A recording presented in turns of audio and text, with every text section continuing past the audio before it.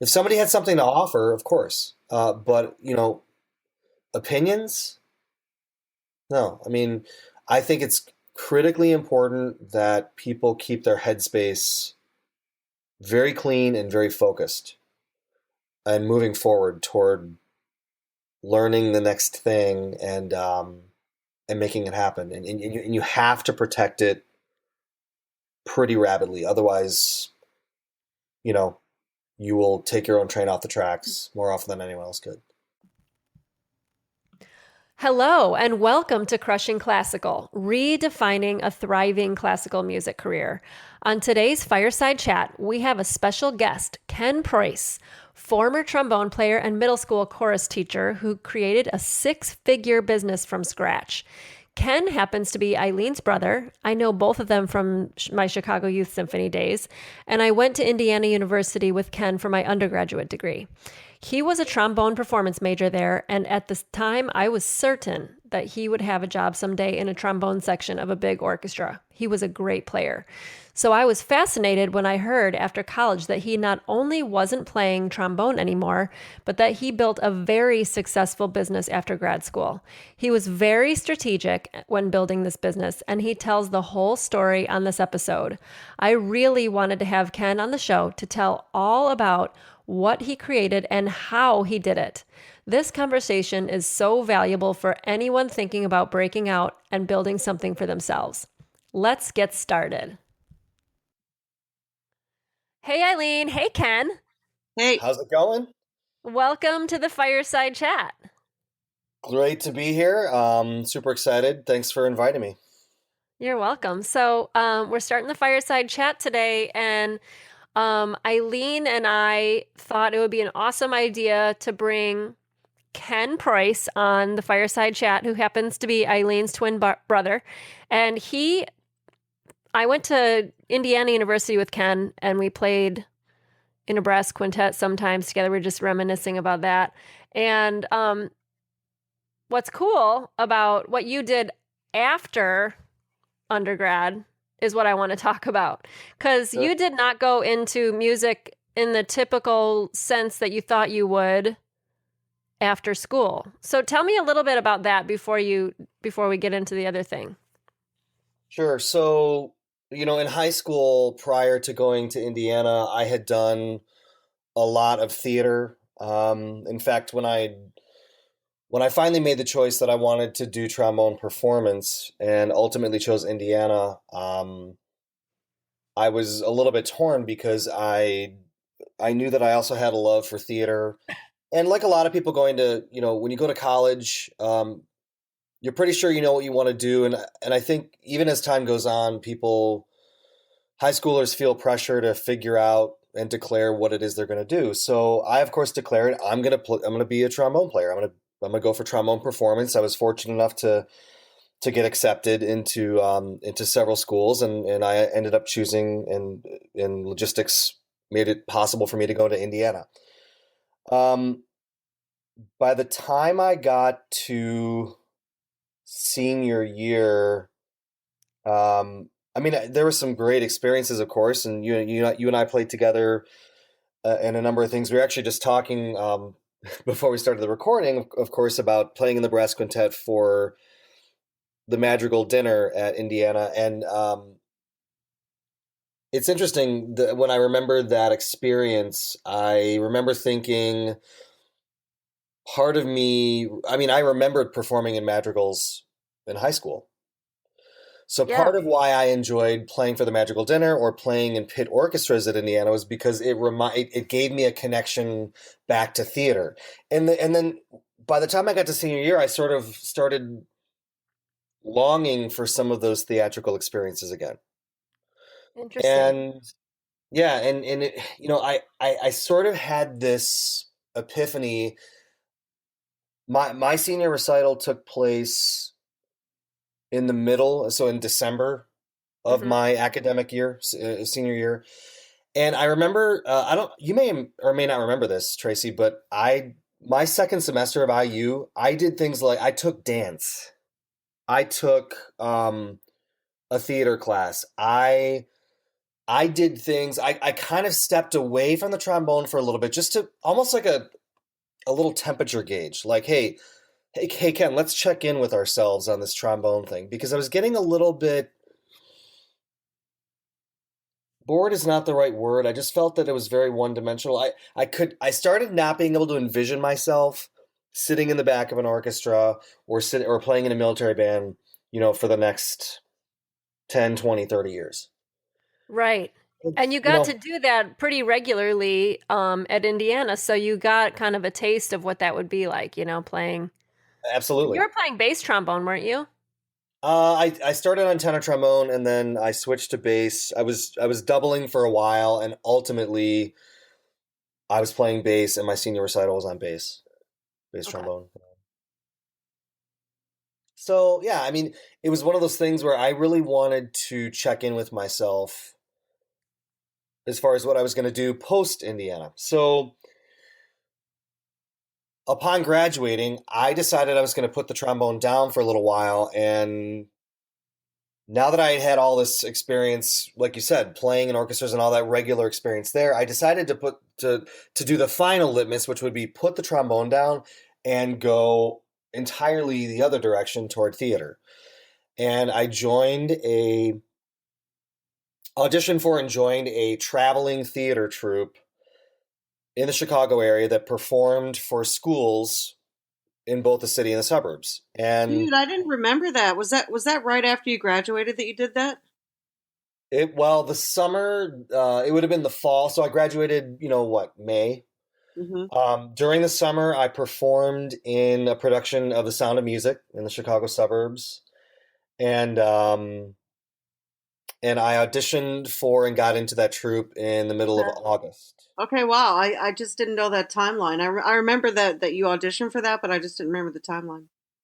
Yep. And I did that almost that entire school year. So late August, September, October, November, December. Of course, there were some breaks in there for, holidays and whatnot. And then January, February, I want to say we ended in March, but it gave me a whole different sense of, what I wanted to do. And I really got into performing. I actually, so interesting. Things are kind of flooding back as we talk about this. I got a call, Tracy, you and I went to IU with Tony Niffen, Yeah. who now plays tuba in the Indianapolis Symphony. And I remember he was playing in Honolulu at the time. Oh no, maybe he had played in Honolulu. I forget exactly what was going on. Honolulu was that fun little um, kind of gig that was popping up on people's radars for a while because they were you know, trying to make everything work down in Honolulu at that time. And Yeah. there was a bass trombone opening in Honolulu, and he was ready to make a fairly formal recommendation for me for that position. And Just to even and called just me to on the get phone. it. This was in fall. So in the fall of 1996, I was performing with the theater troupe. I was also performing in two productions in the Chicago area at night on alternating nights. So during the day, I'm performing in a theater troupe in schools, and then at night, I'm going to most days of the week. At night, I'm going to a rehearsal and ultimately performances for a couple theater productions in the area. And he called me. I'll never forget it. He said, "If you want this gig, I can almost get it done where it gets just handed to you." Whoa. Because they needed there was an official opening, but they needed a body. They needed a temp. And he goes, I have a feeling what would happen is, you would come in, you would play, they hear you play, and that'd be that. They would either auto advance you or whatever. There'd probably still be an audition, but he didn't say you've got the job, but he said, for all intents and purposes, job's more than likely yours if you want it, Uh-huh. just based on his recommendation. And of course, I'm like, so in my mind, I'm going, oh crud, I haven't even played since May, right? Number one. Number two, my body said no. My mind wanted to say, oh my gosh. I mean, you graduate from college, I wasn't making a ton of money performing in a theater troupe, for God's sake, right? And I'm Yeah. chewing up a ton of gas and all that kind of stuff. I mean, I was a broke 20 something trying to figure out what I wanted to do with my life, which you don't think about when you go to music school for performance. You don't think that you're ever going to end up in that in that scenario. Like, oh, it's going to be great. I'm going to get a gig. I'm going to whatever. That's Yeah. where I was, and so my mental side said, "Oh my gosh, I would kill to have this gig."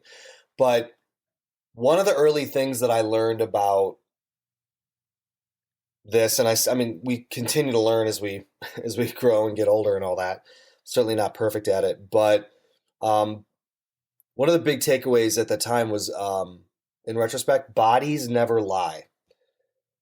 Mm. I I knew that it was not right for me to go for that Honolulu gig, Did even you if it have a was going to get feeling in me. your, was it like a feeling in your gut, or like, what do you mean body for you? I know it's different for everybody, Yeah, but when I say bodies never lie, it's just, and Eileen, you and I have talked about this a lot. Mhm.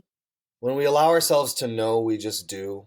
Um, if I were to just get silent and turn off my, oh my God, I'm broke. Oh my gosh, this is at one time, this is the type of thing. I mean, I would have, if you had talked to me junior year, I'd have been like, I would have killed for the opportunity. yeah. But here I was having graduated, and I just knew that it wasn't the right thing to do. Um, And the truth is, And you the truth is, always just know. yeah, You it always know. just didn't Just pay feel right, and attention. You'll it just know. immediately didn't Mhm. feel right. Yep. My brain wanted it. I was pissed. My brain wanted it to feel right, but it didn't. yeah. Right. So yeah, for me, stepping away from the trombone. I would. One of the other things that I realized for myself in getting back into theater is that I need a more dynamic situation in my life. To me, sitting in an orchestra or a band, and how many times was I going to play, you know, Mahler one? We played Mahler one on tour with Chicago Youth Symphony. How many times in my life was I going to play Mahler one? I was. I mean, like, I think about. I got a taste of envisioning what it would be like to sit in an orchestra. I think a band might have been a little bit more interesting just because the literature does change up quite a bit Totally more. I agree. mean, Yeah, I there's totally agree with I don't that. know, it's tough to say, but Mhm. but for me, getting back into theater and really going all in and putting the trombone down made me realize, okay, this is a path that I want to pursue. The other thing that I did was I started looking at this theater troupe that I was performing in, and I was like, this Yahoo, I was just tell it like it is. This Yahoo in Chicago owned this theater troupe. Ken, you Um, got to describe the guy because your description of him is hysterical. You um, got to describe the guy. how PG is this podcast? Not It's PG. not.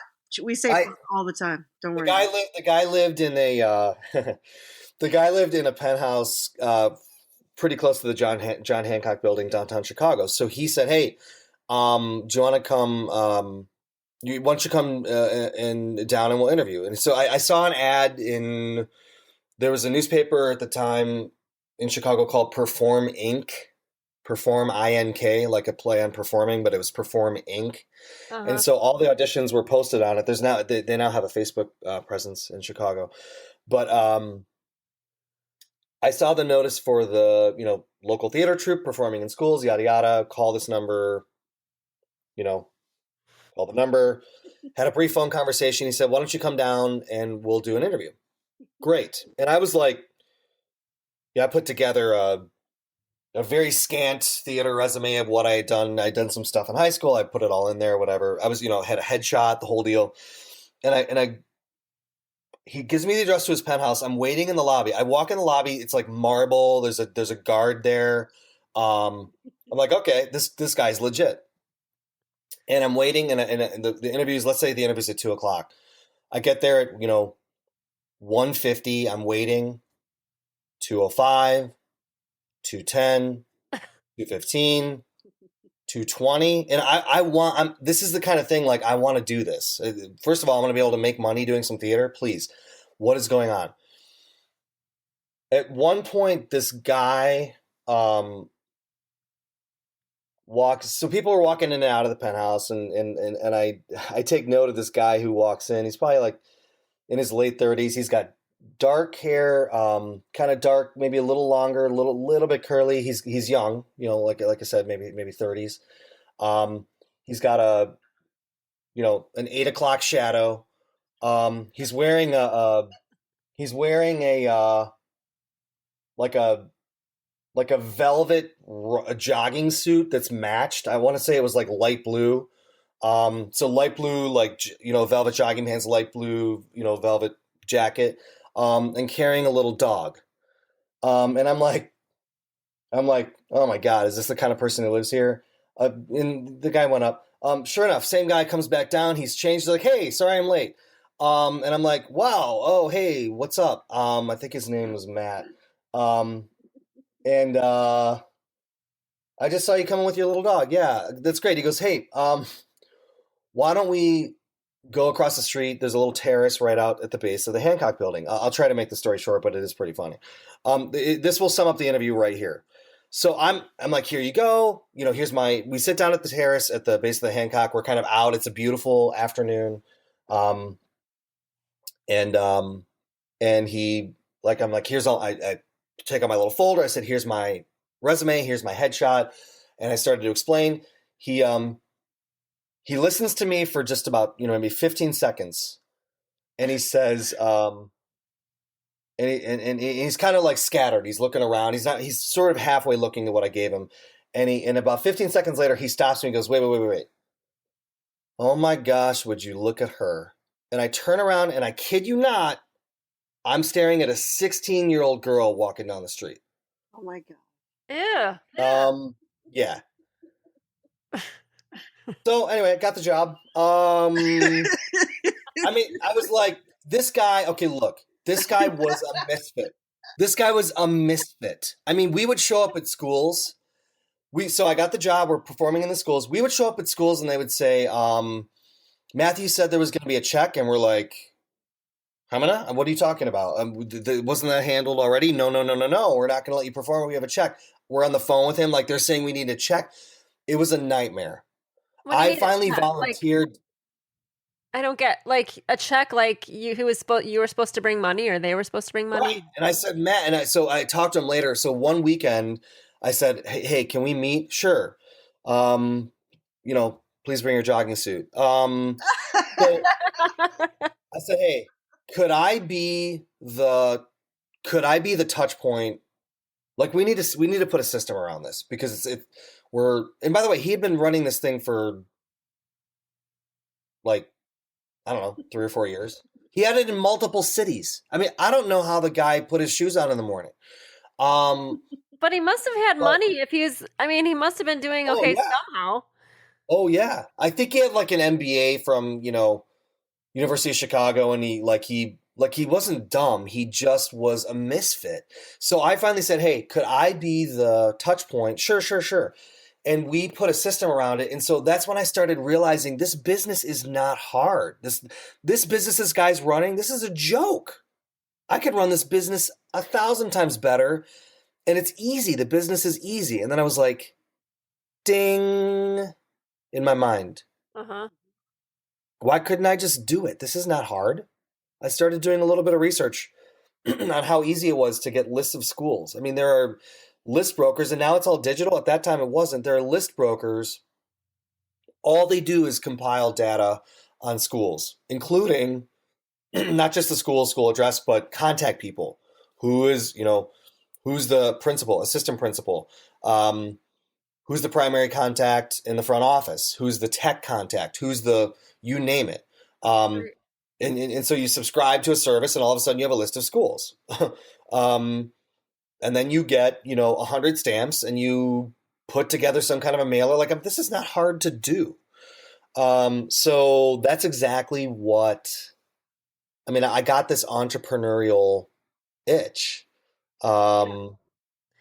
and that's how that whole thing started. And You so know, I it put just occurred to me. I remember when I was looking to start a horn studio, and you were the one who gave me a list of all the addresses to every single school and the band directors' names. That's right. That was from the company at the time is Market Data Retrieval. I'll never forget it because we I ordered lists from them, for a number of years thereafter. And that's exactly where I got those lists for you because I'm like, whoa, whoa, whoa! I can get you. Where do you want to teach? Yeah, I I'll think get I you. sent out like 80 letters, Yep, you know, yep. and I got, I got a handful of responses, enough to start up a studio, horn teaching studio. But what you did, so tell me more. So did you just start fresh? Did you quit, or did you like what happened next with that once you realized that you could do this yourself? Sure. So you're absolutely right because I made a little leap there, right? Okay, so Yeah. here's kind of how it happened is that ultimately I didn't start it right away. Okay, it happened over the course of a couple years. I did end up going back. So after I performed for you know Yahoo McJaggerton, I I went back to I went to Northwestern to get my master's in music ed and choral conducting. So the other thing that I did a ton of in high school was singing, and I loved singing. So I went to Northwestern and I got my master's in ed with choral. I also played a little trombone there, which was really fun. Played in the trombone choir.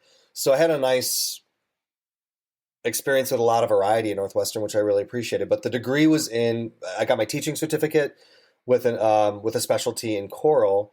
I got interestingly enough, when I student taught, of course, when you get a music ed degree, as you guys both know, um, and maybe some people listening, maybe some people listening know, maybe they don't, but you get a music ed degree as part of your teaching certificate. You have to student teach, and you're going into typically two different grade levels. Although state of Illinois is making it harder now, that's a whole different tangent. But you actually have to declare.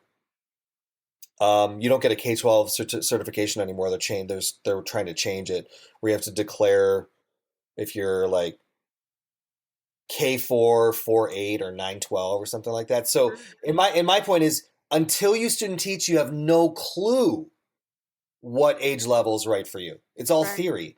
You don't know what kind of kids you're gonna be able to tolerate. You know what I mean? Like Yeah. when I did my music ed degree, my thing was I'm going to be a high school choral director. That's what I want to be, is a high school choral director. When I student taught in high school, I student taught at the high school level. No, no, I'm not going to be a high school choral director. Really? Okay, Why? no. Why? I don't know. It just wasn't my jam. I was also doing a bit of performing, and I could see. So I was doing my own performing in the area Hmm. in evenings, and I could see if I take this job, there's no way I will have the ability to perform. Maybe in the summers, but it just again, bodies never lie. You just know when you know, you know. And I thought to myself, this was a good experience, but I do not want to do this. Then when I student taught at the middle school level, which was um, my second stint of student teaching, because they give you two, or at least up to this point they've given two, two different grade levels or two different levels to check out. Middle school felt better, but I remember when I was student, there was a point. I remember I was cleaning up the classroom after a day of student teaching middle school. My cooperating teacher had left, and I just had this little hit like I don't think I'm going to do this. Like I'm getting this degree, I'm paying way too much money for it, and I know I can get a job out of it, but I just don't think that I'm going to end up being a middle school teacher for forever, and if even for very long. And I remember thinking about the theater troupe idea. So there were several points, and it was like, and I had this little hit. I'm like, I'm gonna take note of that. There were several points there where I kept thinking about that troupe. Like I could have done that. I could have done that. I could have done that better than that guy did, and I never forgot that. So I graduated Northwestern, got a job immediately at a middle school in the northwest suburbs of Chicago, Wakanda Middle School. Um, I taught for 1 year, had a great year teaching. Got to the summer. Um, Started reading about business because I wouldn't. Oh, and by the way, during that first year, several a school assembly companies, several performers and groups came to our school to perform.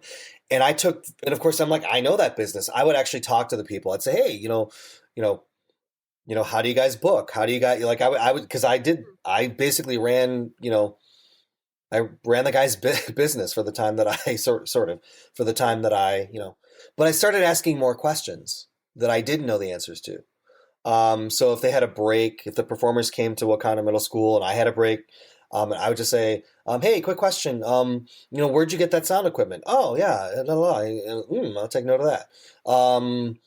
Quick question. How did the school find out about you? Oh, we send a mailer out 3 times a year. Oh, okay. So the business side, certain things that I didn't know, I started asking questions.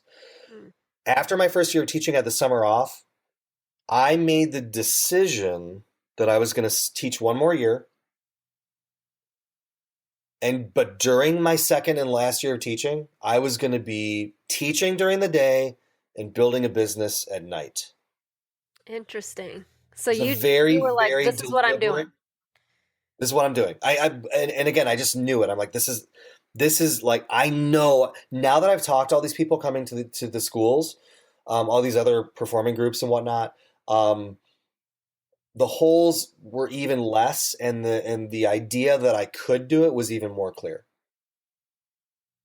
That's cool. So yeah, so my second year of teaching, I would, you know, show up at, school day started at 7:15, I think it was, and then it ended at 3:15. Um, and I would be out by 4 and give myself a little, brain break, a little food. By 6 o'clock, my dining room table was a business building empire and not a dining room table. I remember And from that. 6 Yep. to probably 10 or 11 p.m. at night, every night. I mean, I did things like, the software that, researching the software, not just for the school database, but for example, how was I going to keep track of who I contacted, who I didn't? Oh, there was a software at the time. I'm not even sure if it still exists, called Act.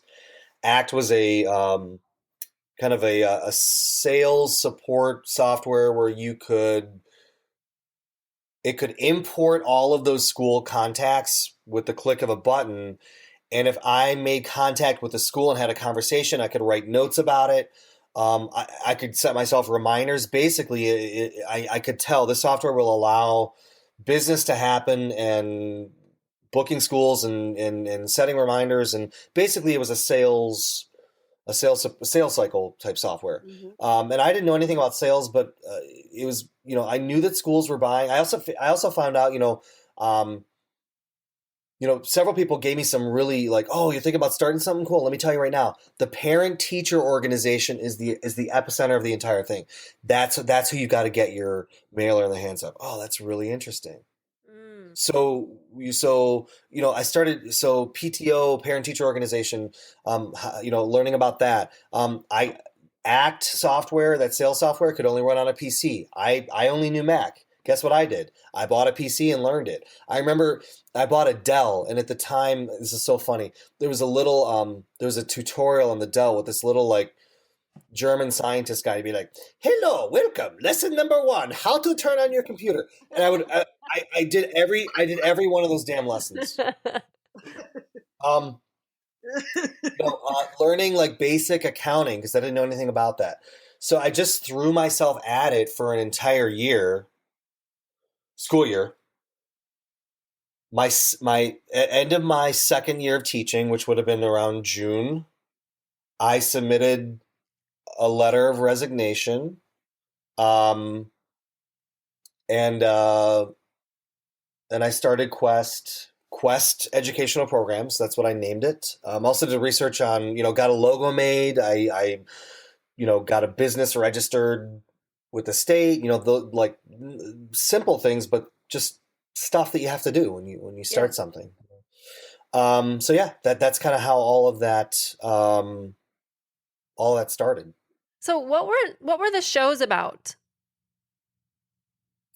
Great question. So what were they about at first, or what were they ultimately about? Because here's what happened Yeah, at the that's time. really the best part of the story, to be honest, I think. Well, yeah, it's interesting because people were expecting me to build a traveling theater troupe based on music.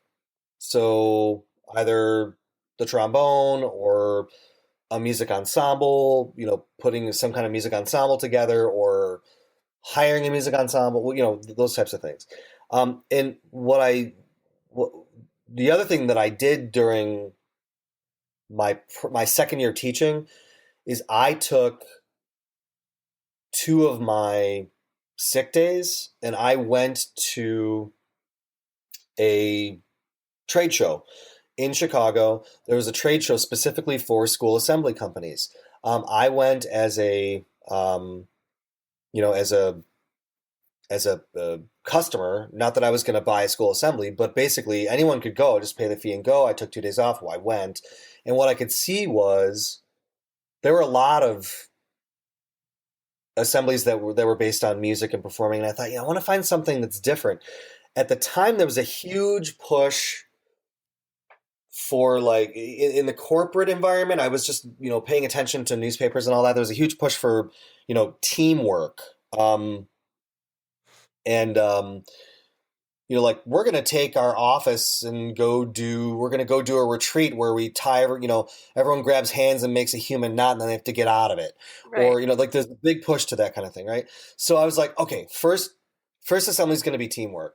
And I bought all of these, like I bought like a giant inflatable ball. I bought that the kids had to, pass around the circle in a certain amount of time, whatever. I created this teamwork experience that where you're going to put all the kids in a gym and we're going to do like a teamwork thing, and that's going to be the assembly. Um, Boy, oh boy, what you don't know when you're starting out. Number one, schools were not nearly as interested in that as I expected, and number two, it was chaotic. It was not. I mean, the teachers. Part of what I knew from having been a teacher for a couple years was when there's a school assembly, the teachers get downtime. Well, when I had, you know, 6 classes of kids in a gym, those teachers didn't have any damn downtime. Like they were like the kids were out of control. They're having to like monitor, Mm. my assembly. That's not an ideal scenario for a school or for a teacher. One thing that But here's one thing that happened. In my brochure that I sent to schools the first time that I marketed Quest, so I got the list of schools into the database, got the stamps, sent the this tricolor brochure that I paid way too much for. Um, one of the things that I put in there was the word bullying, and I'll never forget the fall of Quest's first stint, starting in late August, September, October, November, was very dormant. I mean, I think I did 5 or 6 school assemblies total the entire fall. People were not responding to the teamwork thing, and then when I went into the schools to do it, the response was a bit lukewarm. I mean, I think I executed the assembly well for what it was, but it was still kind of crazy, chaotic. So I get a call from a school. I want to say this was late November, early December, and it was from a school psychologist who said, "Hey, I'm looking at your brochure here, and you have the word bullying on here. Can you do an assembly about bullying?" Well, at that point, the answer is yes. I mean, if Right. you asked me to do an assembly on dog training, the answer would have been yes. So they said we have a real serious problem, and it's actually it's middle school girls bullying other middle school girls. Yeah. It's bad, like cheerleading, yada yada. I And remember so, that. That was a problem when I was in junior high for sure. in this particular school, it was a really really big problem, and so I was very very inspired to create a presentation around this. I mean, I actually went. So I took time to really research bullying. I talked to other school psychologists. I talked to my old school psychologist about it, um, and created an assembly called Beyond the Bully. The other thing that I learned about is just language, alliteration. Why will people remember? People were not remembering Quest, but they like maybe they'll remember Beyond the Bully, because of the double B in there. Mm-hmm. So did it. So put together the assembly. Took a ton of time putting together the assembly. Invited others. This is the other really smart thing. Invited other schools, other because I had the database, so I could contact principals, assistant principals, and I would say, by the way, I'm going to be in. I think the school is Wooddale Junior High.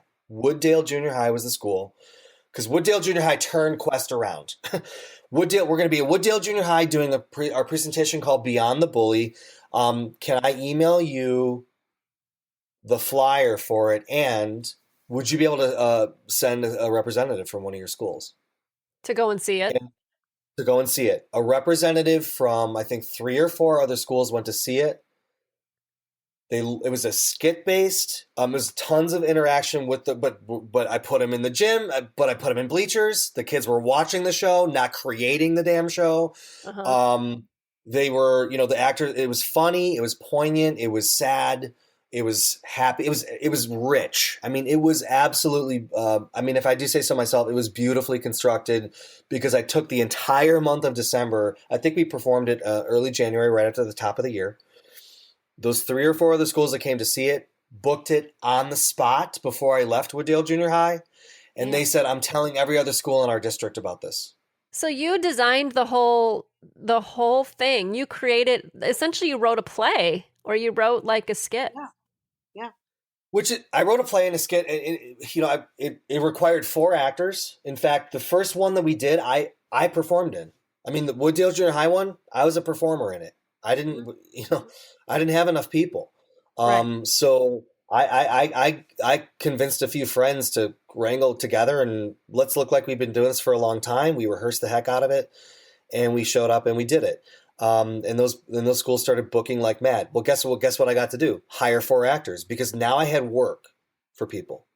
Yes. So we auditioned, and then by the way, an elementary school called and said, "Hey, I heard about Beyond the Bully. Do you have one for middle school? We sure as hell do." And I said, "I'm busy this week, but let me get back to you." The rest of that week, Runs home and writes it. Guess what I created? Vince the Prince. Vince the Prince was the elementary school version that was more story based. It was about a boy named Vince who's getting bullied, and there was a supporter, a bystander, and a victim. And like we teach the kids all the concepts and the rules and the strategies, but we teach it in this story about Vince the Prince, Vince the Prince. It was great for the elementary school. Vince the Prince was in and of itself a six-figure bit. Beyond the Bully was too, but here's the other thing that I learned. 50% of the schools in any given state, 50% of all public schools are elementary schools. That makes sense. There's smaller schools, but there are many, many more of them. Well, guess what? If you're going to start a school assembly company, elementary is that's your bread and butter. So Vince the Prince by itself became a six-figure business. Holy crap. Beyond the Bully still did great, but Vince the Prince was the star there for a while. And then started creating shows about diversity, tolerance, reading was a huge. State of Illinois reading standards came out, and Harry Potter was out. We created a Harry Potter style reading show that people went crazy for. A school, there was a huge interest in prepping kids for high school, so we created kind of for eighth graders what to expect when you go in high school. But I would say that our genre was social issues, sort of bullying, diversity, tolerance, reading achievement, those types of things. So it crossed into sort of academic social, and it had nothing to do with performing arts. It was exhilarating. I mean, I learned so much about what people respond to, how to gauge what people really want, how to market, how to how to, sales is just really communicating with people, speaking to people. And if you understand what they want, and you connect with what they want, the selling part of it's, not hard to do most of the time. I mean, that's a very general statement, but in the realm, I mean, That's schools exactly what already, sales is. That's schools exactly what already sales is. buy these things. Yep. Right. Why the hell could not? I mean, Why can't they buy it from you? That's well, right. yeah, That's Right. how they're going to spend the money. It's just, are you going to get them to spend it with you? That's what it it's a is. faucet of running water. All you have to do is stick your finger under. I mean, the faucet's going to run. That's right. I mean, if But everyone else's fingers, just stick your finger under it. And let me, again, it started off rough. I mean, you have to learn, you have to adapt. But I guess here's what I learned if I look at it all in retrospect. And by the way, I should put a little bow on that. If you have any further questions about it, let me know. But we did end up licensing our shows to another, actually licensing shows to, so eventually hired someone to run the office staff, someone to run the office. It's just a 1 or 2 person operation, was the office staff. And then the troupe of 4 actors, giving actors full-time work during the week for the majority of the school year, 8 or 9 months of the year. Actors get to work during the day, like I did for Yahoo McJoggerton. I was able to then provide jobs for people, which was dude, really so amazing. You created yeah. jobs for people who typically don't have work during the day ever. And who didn't want to be serving coffee at a diner to, to 60-year-old crabby men and women, during the day and going home with $22 in tips. Right. We actually, I mean, these actors got paid well for what they did. We ended up licensing all of our shows to one of our head office manager. I started getting into other aspects of marketing and sort of evolving in business in other ways, and even to a certain extent other businesses. And I realized that Quest was going to be, like I was kind of growing beyond Quest, so to speak. And Alicia, who managed our office at the time, she said, "Oh my gosh, I want to start my own company." And she sort of looked at either taking Quest over as it was or starting. She and her husband wanted to start kind of their own version of it, but they felt like our shows could fit in there or whatever. So licensed the shows to her, and just took a licensing fee. Stopped running the business, but took a licensing fee for several years thereafter, for every single assembly that they performed of our of shows that I wrote. So that being said, the big bow that I'll put on this is as follows. When I went to IU as a trombone performance major, number one, I didn't know what I didn't know. I thought I knew what I thought I knew what my path was going to be. This is what I'm going for. And I mean, we could say this for any degree, right? But we're all of us on this call, and anyone who's listening to this recording, we all have some direct or indirect tie to music as an art form, to music as a performance art, and at the very least to having a love and appreciation for trying to create some semblance of a career out of it. Mhm. Mhm. I had no clue. I mean, I remember going to school and, Sparky the Clown would come in and say no to drugs. I didn't know that was a school assembly. I don't know. I don't know what, I didn't know that was I didn't recognize that as a biz. Right. When you're a kid, you don't know, but I had no clue going to IU that number one, I was going to get bored of the trombone. And number two, I felt bad about that. I mean, I really wanted, who wants to put in that type of investment, time and financial and whatnot. And then realize you don't want to do that anymore. But you have to stay true to who you are. You have to adapt. You have to figure out, okay, I mean, part of what we do as we go through life is we're inching closer to figuring out who the hell we are. And if we figure it out before we die, we're probably one of the few fortunate ones. True. I know, but I literally, it's sort of like it's okay. I might just be a weirdo, but the way that I grew up, just it's sort of like thinking that the first person you date is going to be who you marry and live with for the rest of your life. It's like this fairy tale that you can really think that what you major in college is always 100% of the time going to be what you love for the rest of your life, That is you a know? total fairy Yeah. tale. That is a total. We get attached to it because we're committed. And the Attached. other thing is, as musicians, we're very focused, we're disciplined. I mean, we all grew up, the minute you join a band or orchestra or choir, whatever it is you're doing, you enter. I, I'll say it this way. I now, this is a complete tangent, which we won't even go down. I now direct quite a bit of theater in the Chicago area. And, because I still love theater and I do a lot of directing and music directing here in the Chicago area. But, before every show, most shows that I direct, before every show, the cast gets together in a big circle and we just have a little time to be with one another to get centered and focused before the stage manager calls places and the cast goes to places. And I was recently music directing a teen production of Les Miserables. Phenomenal experience, incredible music, of course. And I remember it was a really special, as shows that I've done in the Chicago area for the last 20 years now. Wow.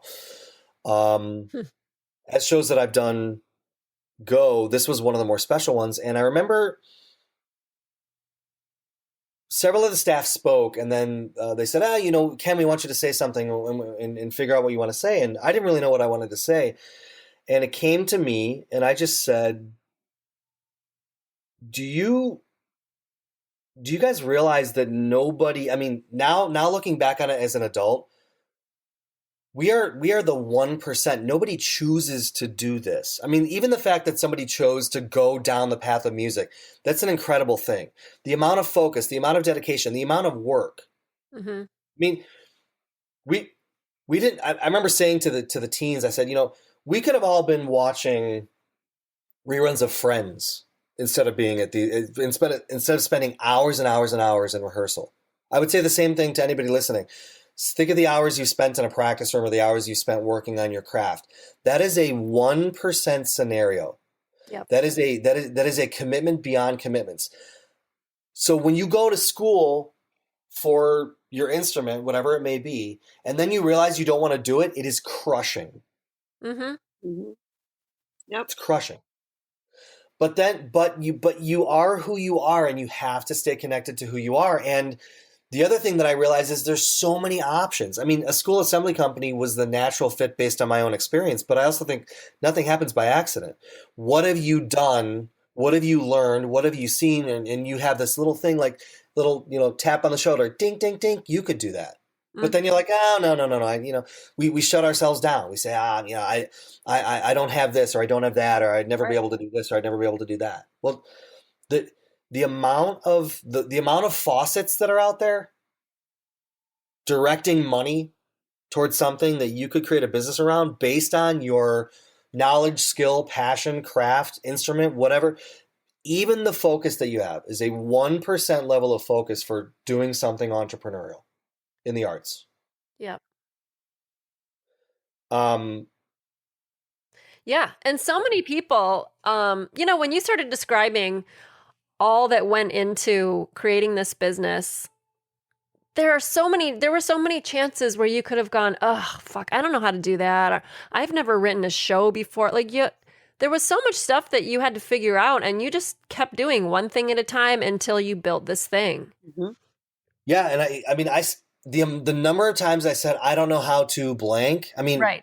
so many times, but I don't know, when you're exhilarated, first of all, you got to survive. Survival is a very important motivator.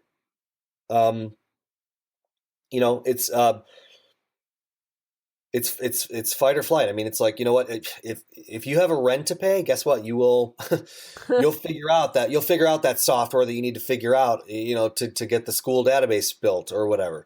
And I'm not a very technical. I mean, my patience for minutia is pretty slim. I mean, I've needed a lot of help around me to get things done. I think that's the other big thing, is that people want to help. You do. I mean, you will have detractors that, you have people saying, oh, I don't know why you're, for gosh sakes, Ken, you got a master's, you got and paid for through school loans, a master's at Northwestern, and now you taught for 2 years, and now you're quitting. What on earth? I mean, if you just, what are you doing? You'd have your summers off, you'd have this, you'd have that. Yeah, but just Right. if you're a reacher, look and see if there's anything entrepreneurial that you want to do, because it's not. I'm gonna date on this. I'm gonna sound old right now, but it's a lot easier now than it used to be, in the sense that Mhm. we didn't have a lot. I mean, I could get a school database in 5 minutes. I could get a school database while we're on this call. Right. I mean, you know, what the first time I got a school database, it was a CD that was sent to me, and I had to figure out how to use the damn drive on the Right. computer to get Right. the right. Hmm. This is it's even easier now, and it's easier now to let people know about whatever it is you're doing. There's a bit more noise. I mean, we could get into a marketing discussion, because really my baby and all this ended up being marketing, and that's a rabbit hole we don't really have to necessarily go down. But there's a bit more noise right now. However, um, if you create a I think that's connection with, probably another call, maybe. oh, maybe, yeah. I I would mean, I'm love open that to it. because every musician is hearing the word marketing now for the first time and going, "What does that mean? Oh my God! I Market mean, myself? What does that it's mean?" Yeah. everything. Yeah, I Totally. mean, maybe it is another call, because it's everything. Yeah, well, And the other thing is, marketing is not. It's so interesting, because to me, I mean, I'm exhilarated by it, but it has a very chore like connotation. It's not that at all. It's actually rich, fun, interesting, natural, organic, especially now. I mean, all you have to do now is just show up, be visible, and share what's happening, good, bad, or otherwise. And if you do that, the people who you want to follow, the faucets who you want to find you, they just naturally find you. And so, is there a bit more to it than that? Sure. Depending on what type of entrepreneurial endeavor you choose to do, there's more to that. But marketing is not a four-letter word. It's a very exciting, rich, interesting thing that every single person needs to do, and should do in some form, even for themselves, even if it's not a business. Um, Everybody should view themselves as a brand, and everybody has the ability. If somebody listening right now does not, maybe you're playing an instrument, you've been there for a while, you're kind of at a crossroads, you're at a fork in the road or whatever.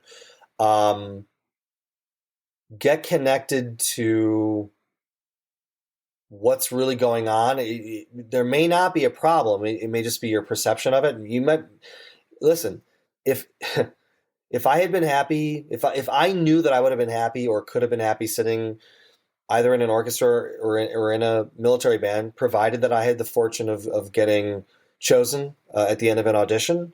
If I could have done that, that's where I would be. But that's not my wiring. That's not me.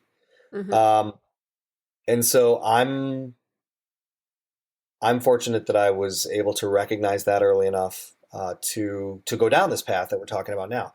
But yeah, I mean, Right. everybody's a marketer, basically. It's so fascinating because really you look at, you ended up focusing on trombone for your undergrad, but you had this rich experience all leading up to college and then at the end of college going, I really miss that stuff, which fed into this business that you created. It's so cool because you were reflective. That's the other thing I like to talk about on this podcast is how when you take the time, like you said, your body always knows. Taking a minute to look back and say, is this really what I love to do? Mhm. You know? Yep. And also having,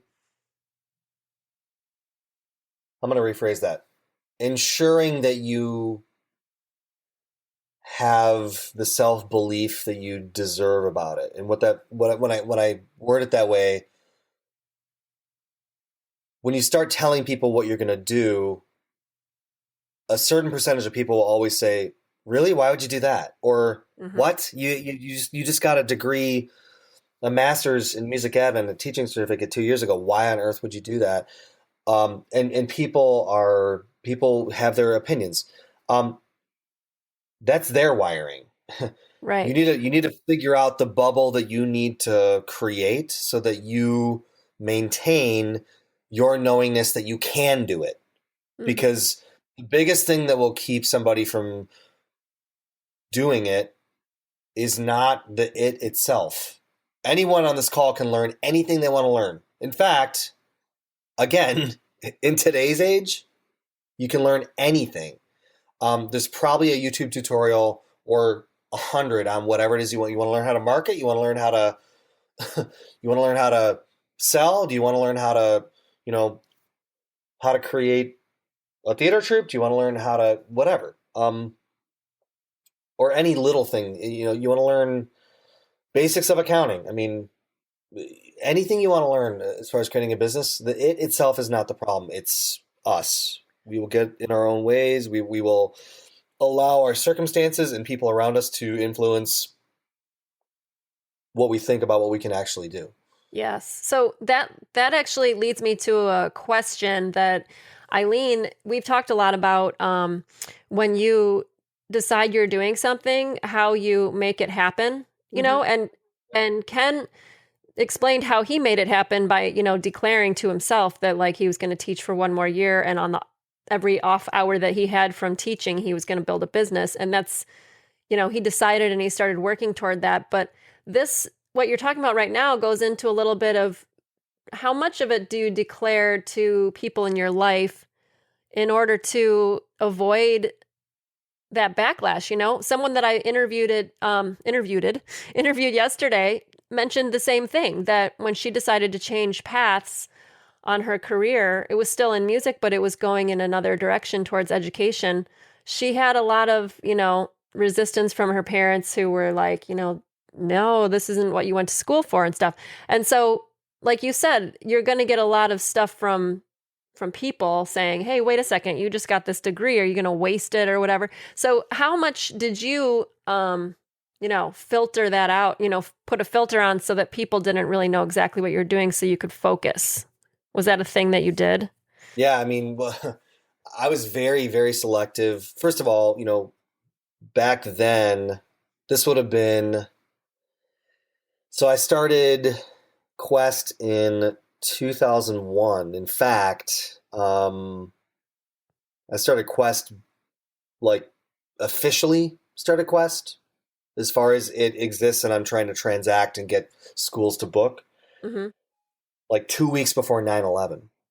Oh, wow. It was a very interesting time because you're not expecting. I mean, the collective psyche of people was very negative there, and so I was extremely selective about telling anybody what I was doing. I had a very small group of people that I knew would be. I mean, you do need a certain amount of. Well, it depends on who you are. I mean, again, sort of it's a know thyself thing, but having a few cheerleaders is good. For the most part, though, I was head down, barrel forward. If somebody asked me, "Hey, how's that thing going that you're doing?" and of course, in the beginning, it was going horrible. I mean, Yeah. how's that thing going? I just brought a giant inflatable ball into a gym, and the kids screamed for 45 minutes. How do you think it's going? How do you think it's There was going? more than a giant inflatable ball, but I mean, it wasn't going well. Bookings were not going well before that bullying thing came about. So I would do a redirect if somebody, because people then start to know what you're doing. It's a lot different now because in 2001, Facebook didn't exist. Um, Now, I mean, you and I both, all three of us know, if you want an attaboy, just poster your life to the world and on Facebook, and people will be like, "Oh, good for you, yeah, yeah, yeah." You're not going to get people messaging you saying, "What are you doing?" I mean, Right. it's going to be your close, your people who you do have interaction with that might question what it is you're doing. Former teachers that I worked with, so on and so forth, thought it was kind of crazy that I was doing it. If I ever talked to somebody who said, "How's that thing going?" I'd say, "It's going great. Thanks for asking. Hey, how's your da da da?" To redirect it back to them. Right. Everyone's favorite topic is themselves. If that's true, I kept the topic away from me because I didn't need that opinion. If somebody offered anything of value, and by the way, that doesn't mean. I remember, like, I talked to a couple business consultants here and there. That feedback, bring it on. Right. If you have, like, is there anything that I need to know that I don't know? Yeah, of course, 100%.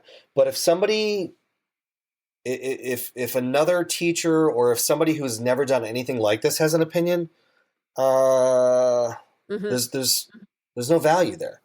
If somebody had something to offer, of course. But opinions, no. I mean, I think it's critically important that people keep their headspace very clean and very focused and moving forward toward learning the next thing and making it happen. And you have to protect it pretty rapidly. Otherwise, you know, you will take your own train off the tracks more often than anyone else could.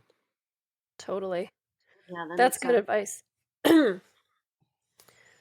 Yeah, because on one hand, you have to declare, like, this is what I'm doing. But on the other hand, you don't need to tell everyone and get everyone involved to the point where you're getting too many cooks in the kitchen or something. That's right. And in fact, I mean, until I really had it together, like I didn't tell that second year of teaching when I was actually building the business at night.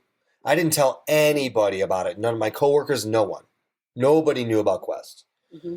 Um, I did, but nobody else did because I knew what I had to do and I was just committed to doing it. And, I wasn't about to, there might have been like one or two people that I confided in who I knew would think it was a killer idea. But other than that, I didn't tell anybody Hmm. And you did it. How until many it was years did you do Quest? 2001. Let's see. The license, so 2001, 2003, 2004, 2005. We were the top three, the third, one of the top three assembly companies in Chicago.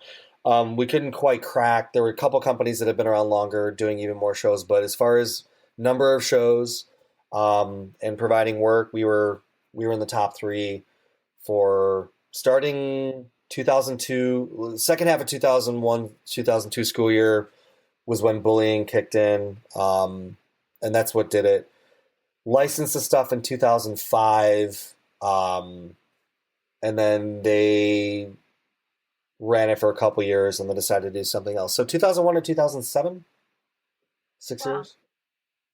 Cool. Well, I love hearing about this because it's so needed. Schools are always looking for more ways to educate people in a different kind of way, Well, you you know what? know? It's actually even bigger than that. This is going to sound real, and Ken, chime in if I'm wrong, but schools have to spend money.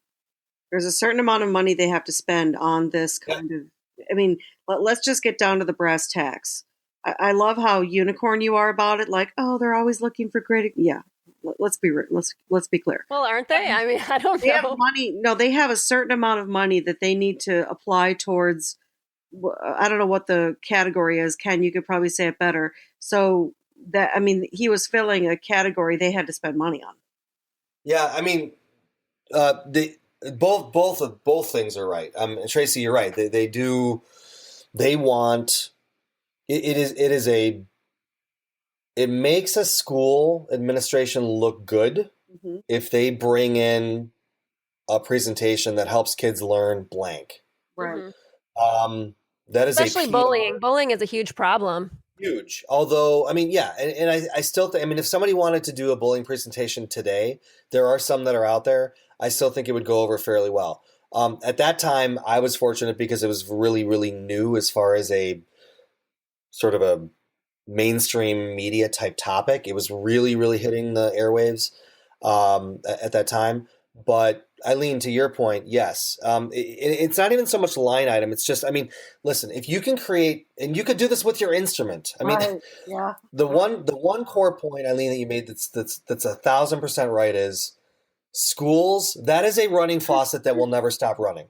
Right. Schools will always have money to spend, and they're always looking for things to spend it on, and the money is there to be spent, and it will get spent on something. It might as well get spent on you. Right. Hmm. Secondly, if you can create something that teaches either something in the social, behavioral, kind of like what I did, or history. People, they love, love, love history, anything related to history. Um, Even if you say, you put together a three-person instrumental group and it's music of the Civil War, but you ask a teacher friend, or you find some, or whatever. You can find people in 2 seconds. Like, somebody knows somebody. Now you can go on Facebook and say, does anybody know a history teacher that they can refer me to? Sure. Here's John or Jane. They work at you know you so and so high school.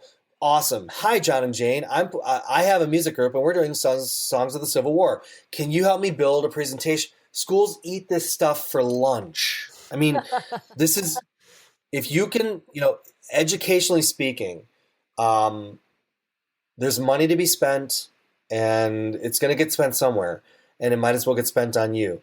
And so, I would never and there's want. definitely a looking good aspect of it too, like you mentioned. Oh, absolutely. I mean, which is why, by the way, which is why the teamwork assembly with the giant ball and the kids screaming is not ideal. Not ideal because nobody leaves with a good taste in their mouth. Like, oh my God, hey, Principal Bob, thanks for having these people in. No, it's like, hey, Principal Bob, what the hell were you thinking bringing the giant ball guy in? Hey, Principal Bob, now I don't get my 45 minutes off. I have to sit there and make sure no one breaks Right. their arm. Thanks. But it could be, hey, Principal Bob, that Civil War thing when you brought in those three people, but then they had the storytelling element to it, which the teacher would have helped with. Oh my gosh, that was incredible. Do they have anything else that they do? That's exactly how. Why did we create additional shows on diversity, tolerance, and so on and so forth? Because they said the bullying thing was so good. What else do you guys have? Well, guess what? Mm-hmm. What do you want? What do you want? We have it.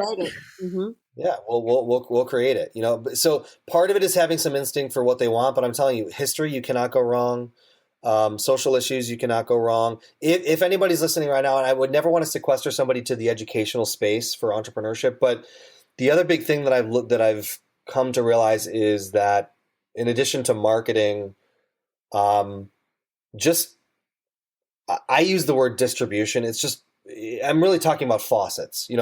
Education is a proven faucet. It's like, Eileen, it's just like you said, it's not going anywhere. The money's getting spent. They're looking for places to spend it. Mm-hmm. I would say if anybody's interested in starting any kind of business around the arts, to make sure there's a verifiable faucet. You could start wedding band. This is a very reliable thing too. You want to be a wedding band? Great. You want to start a wedding band business? It's a very, very lucrative business if somebody starts it right. You're going to have to break in. You're going to have to go to wedding shows. You're going to have to learn, a bunch of stuff, just like I had to learn when I started Quest. You got to learn a bunch of stuff, but make sure the faucet, and that's one thing that you guys didn't send me any questions ahead of time. I didn't know what we're, how this was going to go. We're just kind of winging it, but maybe one thing that the three of us could brainstorm or whatnot, or even maybe some of your listeners would be able to help compile a list of, I'm calling them faucets, but really just proven distribution channels, proven playgrounds for businesses in the arts. Schools are one of them. Mm-hmm. Weddings, people spend a lot of money on weddings. That's what, and the list could get quite long. It'd be kind of fun to do, actually, because it might help people. It might help people figure out where, because I would never want to say gun to head, you got to create a school, got to create a business around schools. That doesn't have to be the case, but make sure whatever you create, that there's a proven flow of money coming out of it, toward whatever it is that you want to build. Because if that's not there, it's just you're building a hobby, and a hobby, unfortunately, doesn't pay bills most of the time. Yeah, and that's what That's what we start out with as a hobby. Even though we take it so seriously, we never would call it a hobby. Like for someone to say to me like, "Oh, you play the horn, is that your hobby?" It would be like stabbing me in the chest. But the truth of the matter is if I'm not getting paid for it, that's what a hobby is, right? That's Right. what it is. 100%. And by the way, nothing wrong with that. Nothing wrong with that. But Exactly. if somebody wants it to be, I mean, look, I mean, you know, we have in music direction tons of people playing pits. Actually, our musicians will in the Chicago area do get paid, but you're getting paid, you know, 30, 40, $50 a show. You're doing a couple weekends of shows. You're not making a living when you're sort of pseudo volunteering to play in a pit orchestra. At that level, and that would be the level below the true freelancer, right? Yeah. But it's okay if like for me at this point, trombone. If I even have time to play it, it's a hobby. I mean, I'm not making money from the trombone anymore, but that's a conscious decision about what is hobby, what is not hobby. Mhm. I mean, we haven't even talked. Not that even so now, like today, I design casino slot games. I mean, look, my entrepreneurial path has gone in a lot of really interesting directions, but it started with number one, an education in the arts, and number two, a passion for dwelling in the arts as a profession in some form, and number three, the recognition that I could create an entrepreneurial enterprise around my passion, which happened to morph more towards theater, but it really doesn't matter because anybody listening right now who's got that similar little fire, and you pretty much know if you have it. You know if you have that little fire that says, I want to try something, I want to do something interesting, I want to do something big, I want to do something that I can point to and say, I built that. I want to do something that lights me up, that challenges me. Find an existing faucet, playground, whatever you want to call it, where money's flowing, and figure out how to take your passion, genius, commitment, skill, and create a business that falls into that flow of money. Love it. Love that advice. Yeah, it's great advice, actually. Really great. Yeah. And I love the idea of coming up with a list, like an idea list of all the ways you could tap into the running faucets of money that people are what are they? they're spending it anyway. Weddings aren't going away. People aren't going to stop getting married, You'll And always spend money. Yep, always, always, always, always. it's a good example. And I'm sure there's a lot of other ones. Tons. I think sometimes musicians get stuck because the traditional paths of making money in this field depend on people enjoying music that maybe don't necessarily enjoy mainstream wise as much as they did in the Right. centuries ago.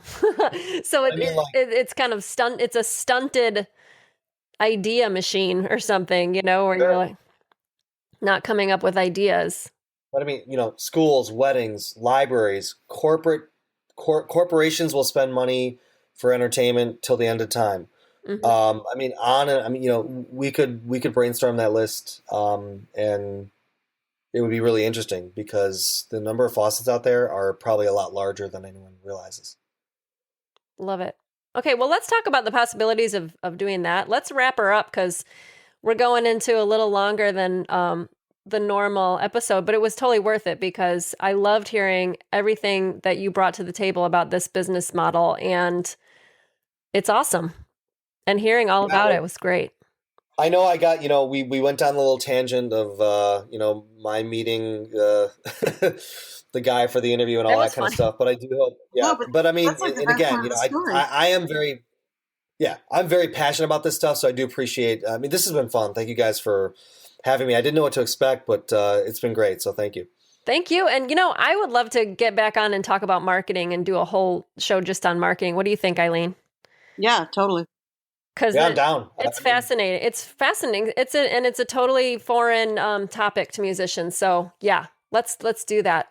Let's do that sometime soon. Would love it. Would love it. I mean, I think people would be very surprised at how rich, fun, and organic it really is.